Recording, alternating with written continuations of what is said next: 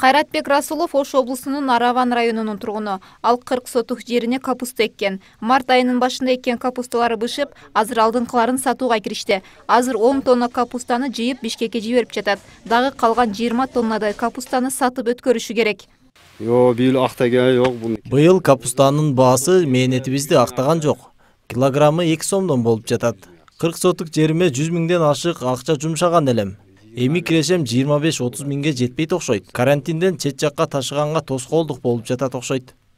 Аравандык дыйкан былтыркы жылы капустанын баасы жогору болгондуктан быйылда көпчүлүк дыйкандар капуста өстүрүп алгандыгын айтат. Ал эми жашылчаны терип жууга жумушчуларды жалдаган. Жалданып иштеген жумушчулар дыйкан эмгек акыны жылдагыдай эле баада төлөп жаткандыгын айтышат.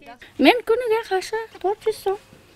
Мен эл катары эле күнүнө 400 сомдон иштеп жатам. Баарыбызга бирдей төлөйт. Буйртмага карап күнүнө 5-10 тоннага чейин капуста жыйнайбыз. Мээнетибизге жараша ырыскы таап атабыз да. Быйылкы жылы кырдаалга карабай айыл чарба өсүмдүктөрүн өстүрүүгө өзгөчө көңүл бурулган. Облустук башкармалыктын аймактарды өнүктүрүү бөлүмүнүн башчысы азык-түлүк коопсуздугу боюнча буудай гана көзөмөлдө турарын айтат.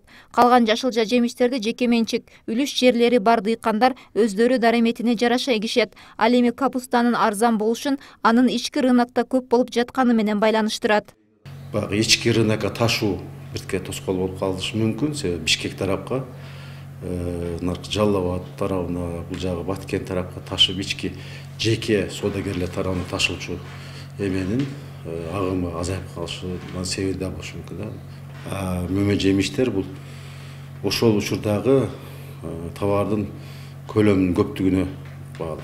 Канчалык көп өндүрүлсө, анан сыртка ташылса, региондорго ташылса, баа өсөт.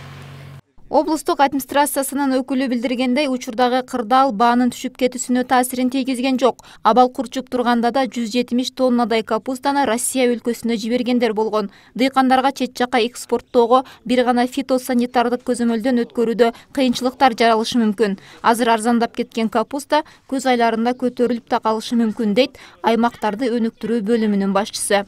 Нурзада Мырзаматова, Шахрух Эминжанов, Ош Бирим жаңылыктары.